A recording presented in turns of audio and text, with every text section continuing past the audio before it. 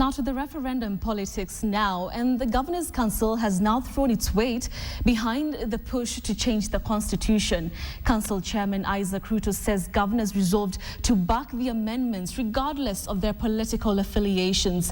KTN senior Coast reporter Ferdinand Omondi has the story in which Ruto accuses Jubilee of plotting to kill devolution.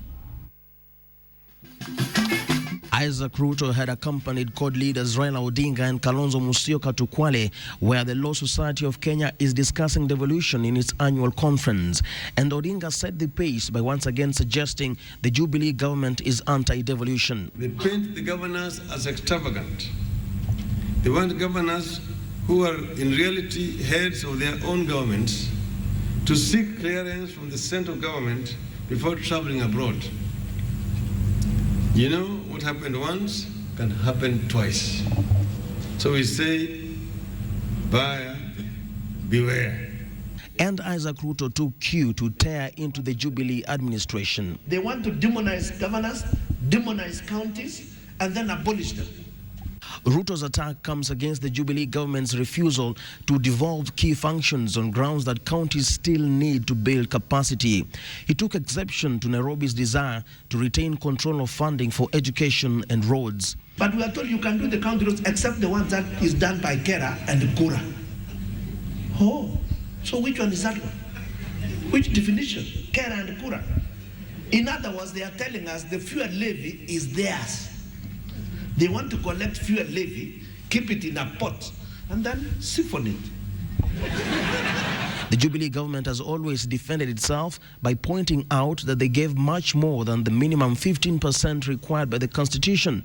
The governors are, however, dismissing this as tokenism. We were supposed to give you 15%, but we've given you 32%. So can you clap your hands? We'll bring you more. That is not, devolution was not meant to be doled out. That if you behave well, we'll give you more. Now the governors are supporting the push by CORD to amend the Constitution and raise the minimum fund meant for counties from 15 to 45%. We are suggesting that we say 45%, no less than 45% of the last audited accounts. We are not going to say on Parliament, because Parliament can refuse to pass the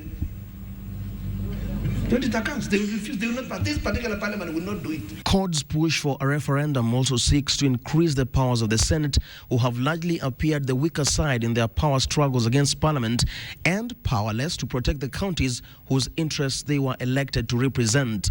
Let us strengthen devolution. Let us anchor the Senate so that no one else can remove it, now and in future. That's why we are saying that we made a mistake during the drafting of the Constitution. We made the Senate weak. Critics of the referendum have questioned the wisdom of altering a document that is still so young, but the governors appear convinced that Jubilee cannot be trusted to implement devolution without amending the existing laws. Some people tell us, why are you in a hurry? What, in a hurry about what? The price of democracy is eternal vigilance. You must be awake full time. It can be stolen from you. The Bomet governor, whose URP party is a coalition partner in the Jubilee administration, however, asked CORD to shelve their plans to change the country's governance system from presidential to parliamentary until the devolution impasse is resolved. This was arguably Isaac Ruto's most savage attack on the Jubilee administration ever since he took over the reins of the chairmanship of the Governor's Council. And this will most likely make very uncomfortable listening for the government, considering that governors are drawn from both the Jubilee and CORD coalitions. Ferdinand Omondi, KTN, Kwale County.